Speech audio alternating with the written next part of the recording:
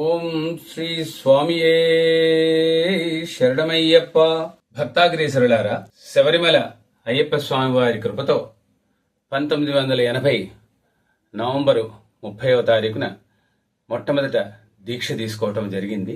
తదుపరి సంవత్సరము దీక్షాకాలంలో స్వామివారి సంకల్పము ఈ విధంగా కలిగినది. శతగంట నాదమున శతకోటి జ్యోతులను శరణు వేడెడి నాకు శరణము నీయుమా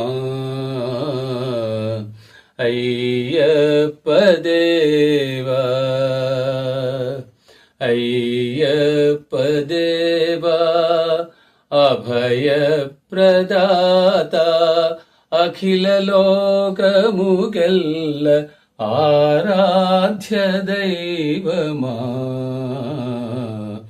అయ్యప్ప దేవా. శ్రీనిలయమును శ్రీ నిలయమును గావించి శ్రీనిలయమున శ్రీనిలయము గావింపుమా శతఘంట నాదమున శతకోటి జ్యోతులను శరణు వేడెడి నాకు శరణము నీయుమా అయ్యప్ప దేవా. నాకే అంతుపట్టలేదు, శతఘంట నాదములేంటి, శతకోటి జ్యోతులేమిటి అని ఆశ్చర్యం పొందిన తరుణంలో మన దేశ జనాభా 100 కోట్లు ఉండింది.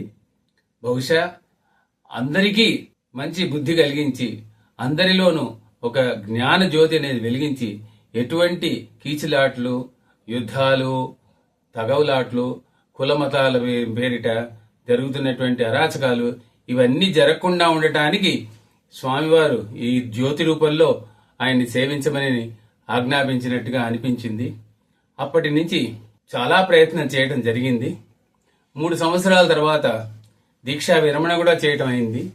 కానీ మా గురువు గారు సమర్థ రామదాస్ సాంప్రదాయంలో 11వ పీఠాధిపతి శ్రీ శ్రీ శ్రీ సద్గురు సమర్థ నారాయణ మహారాజ్ గారు ఖచ్చితంగా ప్రతి సంవత్సరము శబరిమలకి వెళ్లి ఆ స్వామిని దర్శించుకుని తరించాలి అని చెప్పి ఆజ్ఞాపించడం జరిగింది.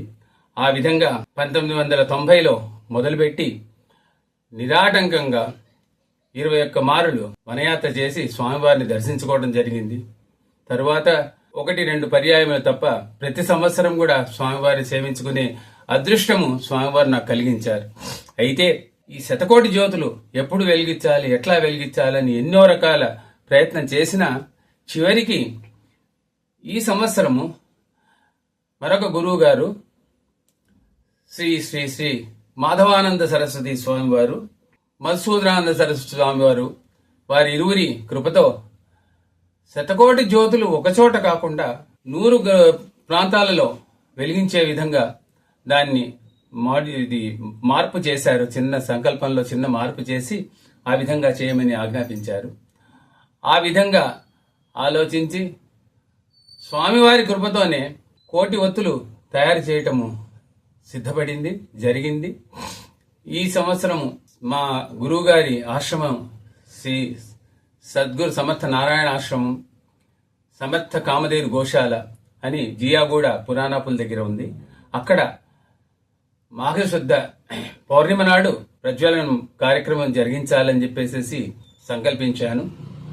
ఆ విధిగా ఆ దిశలో ప్రయాణం జరుగుతోంది.